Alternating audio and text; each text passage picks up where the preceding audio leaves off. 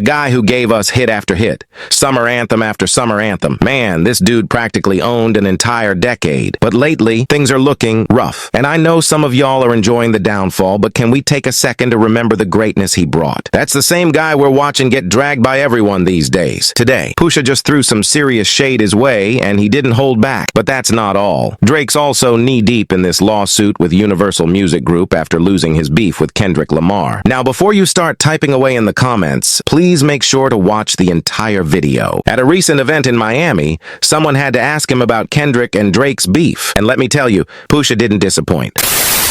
Do you agree with the people that Kendrick won the battle? 1,000%. How did he do it? And then we'll get to your part. He talked about you, but I want to let you speak on it in general first. I think that Kendrick is a lyricist, and a lyricist that talks to your soul. Like, you can be clever, you can say cute things, you can do things in cadences and so on and so forth, right? But the truth really hurts. And the truth like cuts deep. And I think what Kendrick was doing was really talking to his soul. I believe that. And I believe that's, that would cause you to tap out, that'll cause you to sue, that'll cause you to do a lot of things. It's crazy. Now, are we even surprised that Pusha had shots to fire? Remember, Pusha and Drake haven't been on good terms for a while, and he's always been firmly on Team Kendrick. But here's the thing. Pusha actually gave Kendrick props for outsmarting Drake in their beef. He pointed out how Kendrick didn't just rely on catchy hooks or hype, but brought depth and precision that hit where it hurt. Still, let's be real. Drake wasn't completely out of his element. Tracks like 𝗩𝗄𝗄𝗄, 616 in LA, and Family Matters had some fire moments, but if we're being honest, the game changed when Kendrick dropped Not Like Us. That was the dagger, and this whole UMG lawsuit. Honestly, it's not doing Drake any favors. Instead of just letting the dust settle, he's dragging it out and giving people even more reasons to call him a sore loser. Even Charlamagne had to weigh in, saying this lawsuit is the pettiest move he's seen in years. Everybody benefits from probably bots. Everybody benefits from, relationships with radio.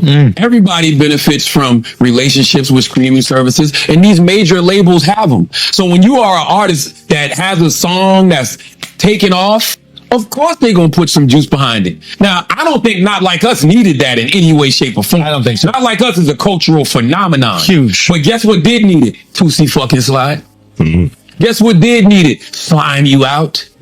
Ugh. Guess what else did need it? And they both got it, and both of those records still didn't go. And they went, yes, they did go #1. Yeah, like on paper, but not in the real. That's my point. You really think 𝗡cie was a #1, Drake? Get the fuck out of here. You think Slime Me Out was a #1? Get the fuck out. Is this what it's like when white people complain about racism? What? I don't understand what you're saying. Essentially, now you're really about to piss Kendrick off. No, you're complaining about a system that you benefited from. You're complaining about a system. Ooh, I get it. You said when white people complain about racism. Yeah. But when do they complain about racism? All the time. Well, because, in the past few years, you've heard a lot of racism. Yeah, it's like, oh, this is reverse racism that's affecting us. Yeah, I agree with that. It's like, oh, now all of a sudden, Absolutely. you had no problem with it when it was holding these other people down, oppressing these other people and limiting their opportunities. The second it seems to be doing to you, now it's this huge problem. That's kind of what Drake is doing. No, it's absolutely what so Drake is doing. It's the most Caucasian thing you could do. And it's true. That's very true. And it's fucking up. And it's not a comeback, right? Like the guy is in Australia. I think B-Dot sent me something earlier. He had like over 250,000 people in the queue. But that's a good, I think that's a really, okay. He's been the most streamed artist.